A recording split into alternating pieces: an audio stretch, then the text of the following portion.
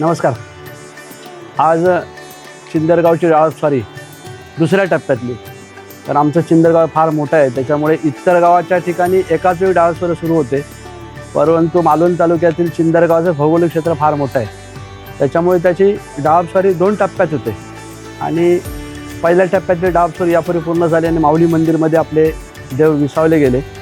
त्याच्यानंतर आता दुसऱ्या टप्प्यातली डाळपस्वारी माऊलीमधून काल सुरुवात झाली आणि आज इथून इथे सडेवाडी, तेरई, लब्धवाडी, भगवानगड किल्ला वगैरे असं करत करत गावडेवाडी आहे, हे करत करत सातेरी मंदिरात जाऊन थांबेल. परंतु गेले अनेक वर्ष ही परंपरा गावातील सगळ्या लोकांनी, म्हणजे खास करून 12-5 वतनदार मानकरी हे सगळे लोक आहेत, ह्या लोकांनी हे लोक त्याच्यामध्ये पूर्णपणे इन्व्हॉल्व. त्याचप्रमाणे गावातील सगळे लोक हे स्वारीच्या माध्यमातून त्या ठिकाणचे लोक आहेत, त्या वाडी लोक तिथे येतात आणि गावातले जे प्रमुख मानकरी सातत्याने डाळपस्वारीमध्ये गावाच्या सोबत असतात.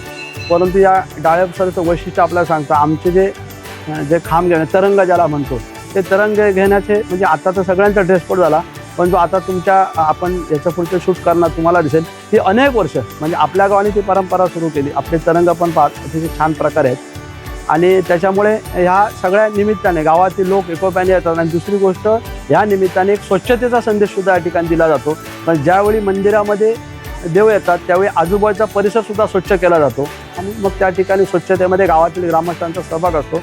अशा प्रकारची डाळपस्वारी आहे आणि आपल्या माध्यमातून बाहेर जाईल. आणि म्हणून या परमेश्वराची प्रार्थना करतो की या गावातील सगळ्या लोकांना, वाडीत सगळ्या लोकांना सुखी ठेवावी.